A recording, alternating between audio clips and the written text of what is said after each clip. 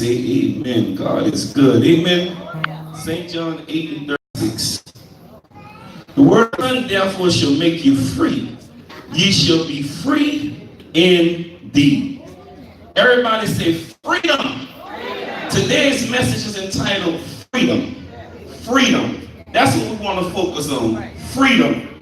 On December the 1st, 1955, church, in Montgomery, Alabama, Rosa Parks was arrested because she refused to give up her seat to a white passenger on the bus. This sparked the 381-day Montgomery boycott. How many of you know that happened 60 years ago? Black History Month. We celebrate the things that people like Sister Rosa Parks, Dr. King, and so many others did so that we can experience freedom. We recognize all of those who have sacrificed their life so we can live the life that we have today. No more sit on the back of us. No more signs that says white only this and white only that. So we separate these things. I can't even relate to not be able to ride where I want to ride on the bus. Neither can many of you. We can't even relate to going to Copeland's and being told that we can't come in because of the color of our skin. Many of us like Houston's and Applebee's and all of these places we enjoy every Sunday. Can you imagine great-grandparents, many of us, and in some cases our grandparents could not experience the freedom we have today? They couldn't experience. Everybody said freedom. No more feeling like a second-class citizen, because we now have something called civil rights. Civil rights is the right of citizens to have political and social freedom and equality, y'all. The Civil Rights Acts of 1964 was a landmark civil rights and labor law in the United States that outlawed discrimination. It said based on race, color, religion, sex, natural origin, it prohibited the unequal application of voter registration requirements, racial segregation in the school, and employment and public housing. In other words, because of the Civil Rights Act of 1964, we can live in any neighborhood we want to live in. We can work a job we want to work. We can send our kids to the school that they want to go to. Before this act, people could actually tell you, I'm not going to hire you, and say because you're black, and there was no legal recourse you had. Now we can sue and win in court. Amen? Now we can send our kids to any school we want them to go to, whether white kids go there, black kids go there, Hispanic, it doesn't matter. All because of the Civil Rights Act in 1964. Y'all, Dr. King and many others spearheaded this act. But you have to understand, this movement really started in 1955. And it took 9 years just to get to the point to sign the Civil Rights Act. 9 years of fighting, 9 years of having dogs released on you, 9 years of being thrown in jail, 9 years of being spit on and called names that I'm not even going to say over the pulpit, 9 years of people losing their jobs because they took a stand. It got so bad that the parents were afraid to participate in the march, and they would get the kids from the high schools. That's why you see so many kids on documentary program. They would get the kids because the kids had nothing to lose. Right. Parents would lose their jobs. Parents would be told to go back to work. But the kids, they would get them out of school and have them participate in all of these months. Y'all, so that we could have freedom. Hundreds of people lost their lives. Thousands of people were thrown in jail. I mean, countless people's lives would change. It was affected because of this fight for freedom. In 1964, y'all, the law was passed, but it took 9 years. I want to give you a little history of a few people who sacrificed for us. There was a man in 1964, volunteers with the Congress of Regional Equality. They called it the CORE. James Connolly, Andrew Goodman, and Michael were investigating a church fire in Mississippi. They were arrested on a traffic violation, released later that night, killed by the Klansmen. Not only them, but Jamie Jackson, 26-year-old deacon in Alabama, tried to vote for several years. And he and 500 other members from his church participated in a non-violent march from church to jail, where civil rights workers were being held. He was shot twice at close range. And this sparked the Selma Montgomery march. But when this march took place, he was with his brother and his mother. And when they saw the police beating everybody, they ran into a restaurant for safety. The policeman followed him in the restaurant, beat his mother, beat his grandmother, shot him at close range twice and killed him. The DA office refused to press charges. But later on, after pressure, they pressed charges. The officer got 6 months. 6 months. Church people died so we could have this thing called freedom, so we could live in any neighborhood we want to live in, so we can participate in something as simple as voting, and many of us still don't vote. But people died. People died so we wouldn't have to sit on the back of the bus, so we could work any job we want to work, so we could walk in any restaurant and eat when we want to eat and don't have to worry about a black-only sign on restaurants. Dr. King, we know about him in Memphis as part of his Poor People's Campaign. He was fighting for better housing, wages, workplaces, safety, and schools for the underprivileged. It happens that while he was in Memphis, sanitation workers on strike during this time. And we know that Dr. King lost his life in Memphis in 1968. Not even to include people like Medgar Evers, Emmett Till, and all of the hundreds of others who we never hear about who died for our freedom. Look at somebody say freedom. Somebody paid a price so that we can have freedom, church.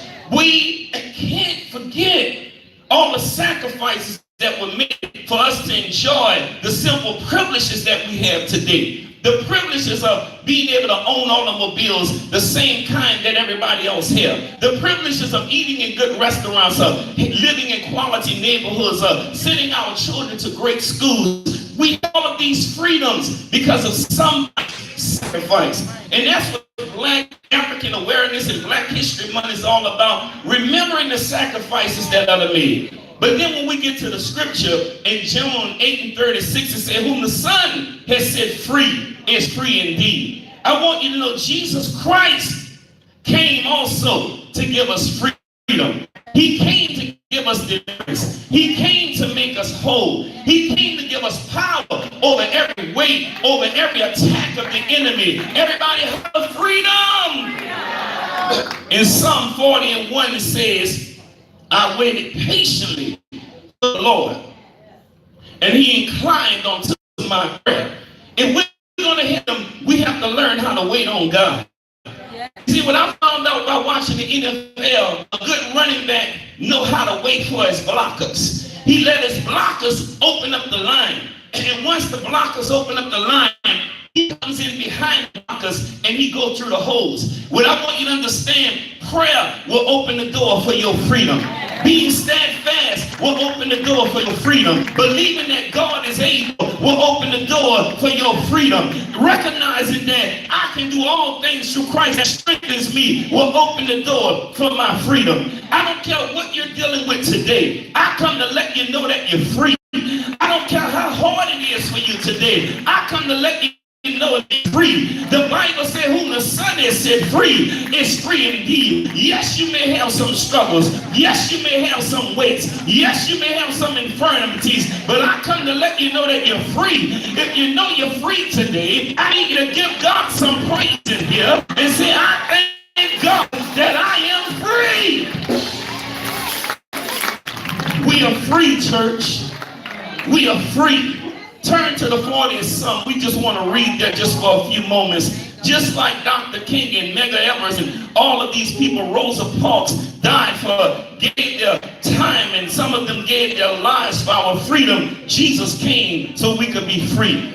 Verse 2 in Psalm 40:2 it says, he brought me up also out of a horrible pit and out of the miry clay, and set my feet upon a rock, and establish my going. Muddy clay is a muddy clay. It muddies up the road. It makes the road to the point where you can't really go through it in an automobile. If it gets so bad, you got to go around it. Well, it got some miry clay in our lives today. Any of us got some stuff in our lives that only God can fix right now. Any of us got some stuff in our lives that it look miry and it look thick and it's kind of cloudy. It look like I just can't get through what I'm going through. But I got a news for you today. God told me to tell you that you're free today. God told me to tell you that you got the victory today. God told me to tell you to keep on fighting, keep on pressing. The praise team sung a song that said, ain't gonna let nobody turn you around. I need some real believers. Ain't gonna let your sickness turn you around. I need some real believers who's not gonna let your situation turn you around. I need some real believers who's not gonna let your stress turn you around. I'm not gonna let my problem turn me around. I'm not gonna let the boss on the job turn me around. But I'm gonna keep on fighting. I'm gonna keep on marching. I'm gonna get my freedom now, because God said that who the Son is set free is free indeed. Wave your hands and say, I'm free. Oh, come on, give God some praise in here. I don't care what it looks like. Look at your neighbor. Come on, won't you testify? Say, neighbor, don't worry about it. God told me to tell you this morning that you're free. Come on, high five somebody. Say, neighbor, say, don't worry about it. God told me to tell you that you are free.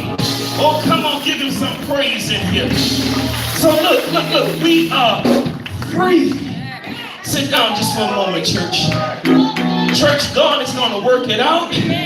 God is going to fix it, because he's going to bring us out of our situation. Verse 2 also says, he set my feet up on a rock and established my going. I said he set my feet up on a rock and he established my going. That rock we're talking about is faith. As long as you know that God is going to work your situation out, I don't care what the devil do. I don't care how difficult it gets. You got to know for yourself that God has established my going. Everybody say, establish my going. The Bible says the steps of a good man is ordered by God. What that means is every now and then God lead me through the valley of shadow of death. Every now and then God lead me in the storm and the rain. Every now and then God lead me down some paths of adversity. But that's all right, because he's going to use all that to make me. He's going to use all that to establish me. He's going to use all that to make me stronger. Hey, if you never had a problem, you never know if his word was all about. Look at somebody and say, that's all right. That's all right. He's going to establish my going. And then David said, I was young and now I'm old. But he said, I never seen the righteous forsaken, nor a seed begging for bread. Church, I'm here to let you know that we got freedom today. We got freedom today. Jesus paid the price for our freedom, church. Rosa Parks, Medgar Evans, Dr. King, Jamie Jackson, Jimmy Jackson, Emmerich Till, and us made it so that all of their sacrifices they made it possible for our civil rights. The Bible said, whom the Son has set free is free indeed. But then in 2 Peter 2 and 24, it says, by whose stripes I was healed. If you got sickness in your body, I want you to wave your hands and say, I am healed. Oh, you got to understand something. Jesus went to the cross on Calvary. He was wounded for your transgressions. He was bruised for your iniquity. Come on, say, by your stripes, I was healed. Everybody say was. Was mean past tense. That means whatever I'm going through today is just a process. But I got to claim my healing. I got to declare my healing. I got to pull down my healing by faith and say I am healed because Jesus Christ was wounded for my transgressions. He was bruised for my iniquity. Wave your hands and say I am healed. But not only that, he also gave me freedom from from depression. Psalm 34:17 said the righteous cry and the Lord hears them. He delivers them from all their troubles. Can I get a believer to say all my troubles? Come on, say all my troubles. The Bible didn't say I wouldn't have troubles. The Bible didn't say that storms wasn't going to come. The Bible didn't say I wouldn't have hard times, but the word tells me that God has already delivered me from all of my troubles. But this is what I love. The Bible says he hears all my cries. Every time I cry, God hears me. Every time I talk to him, he has an attentive ear. Isn't it good to know when you talk to God about your situation, he doesn't ignore you, he doesn't put you on hold, but he's listening to everything you say. Now, does he do it when I want him to do it? Not all the time, but one thing he does do, he's never late. He's always going to work it out. So the scriptures say, if you're depressed today, if you're discouraged today, I got good news for you. God help you on the way. I got good news for you. Angels are being released right now to take care of your situation. But while you're waiting, look at somebody and say, while you're waiting, you better praise him. Come on, tell somebody while you're waiting, you better worship him. Come on, tell somebody while you're waiting, you better walk by faith and not by sight. Again, going back to what the praise team said, I ain't gonna let no devil in hell turn me around. I ain't gonna let depression turn me around. I ain't gonna let fear turn me around. I'm not gonna let my sickness turn me around. But I'm gonna praise the Lord while I have breath in my body. I'm gonna magnify the Lord while I have breath in my body. I need everybody to give God some praise for your freedom. Find somebody, tell them freedom. Come on, tell somebody freedom. Come on, talk to your neighbor, say freedom. And then I love this one, church. Another thing we have freedom for is everything that happened in the past. Philippians 3:13-14 says, forgetting those things which are behind and reach for those things that are in front. Isaiah 43:25 says, I am he that blotted out all thy transgressions and for my own sake. What I love about God is not only does he forgive it, but God blotted out. See, our crime, we tell people we forgive them, but we hold grudges. We tell people we forgive them, but we keep throwing it in their face. But I thank God, everything I did yesterday, everything I did 2 minutes ago, everything I did 30 seconds ago, everything I did when I was a teenager, when I was an adolescent, when I was a... I don't care if AARP said 55 senior citizen, I stand to differ. I am a middle-aged man. We're going to push that up to 60. But I'm going to take advantage of the benefits. So listen, what I'm trying to say, God said, not only do I forgive you, but I blot it out. God said, I'm not going to remember it. Why? Because every time God sees you and me, church, he sees us covered in the blood. He sees you and me. He sees us covered in blood. Even though I messed up yesterday, all God sees is blood. Even though I made some mistake years ago, all God sees is the blood. God ain't trying to pull up my past. God ain't trying to put a trial for something that happened 5 years ago. God ain't trying to find out who know what about me. God said it doesn't even matter. Look at somebody, say it doesn't even matter.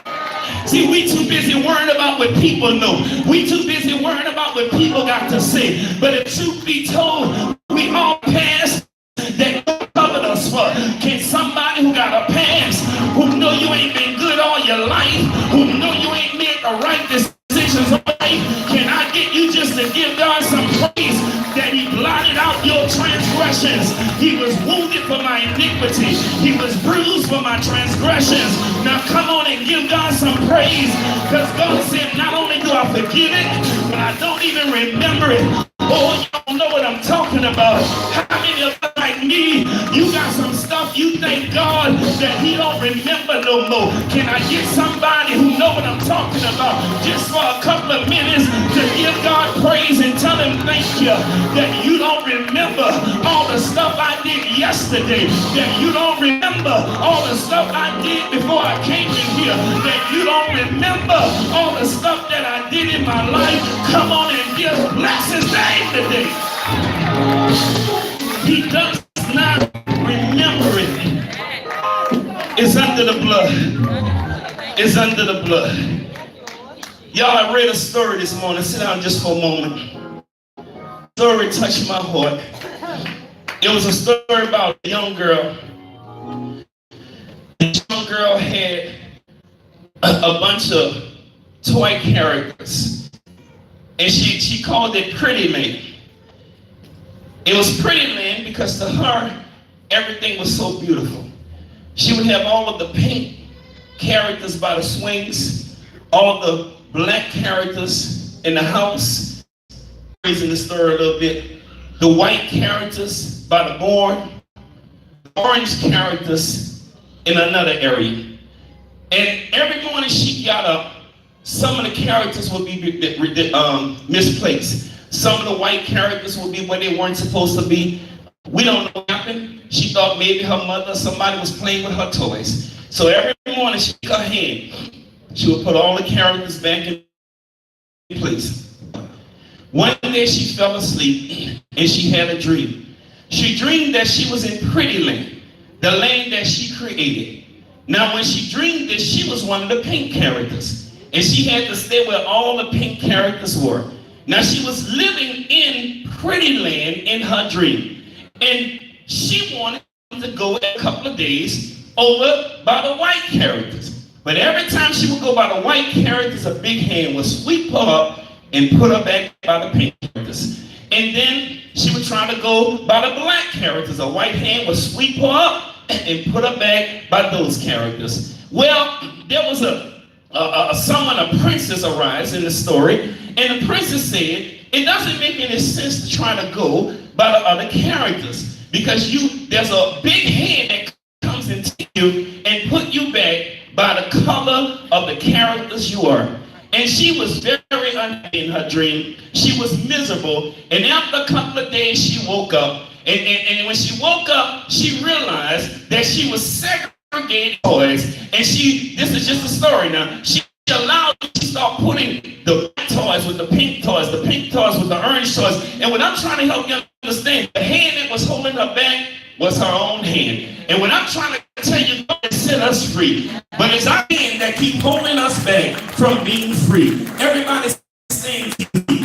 I want you to know today whom the Son has set free is free indeed. The Bible says forgiving you for all of your transgressions. The word tells us as it relates to depression and discouragement, that God hears my prayers. Every time I pray, the Lord hears me. I want everybody to just come to the altar. Praise team, can you come help me out? We're going to change that song up a little bit, and we're going to modernize it. If that's a word. We're going to change it up to say, ain't gonna let nobody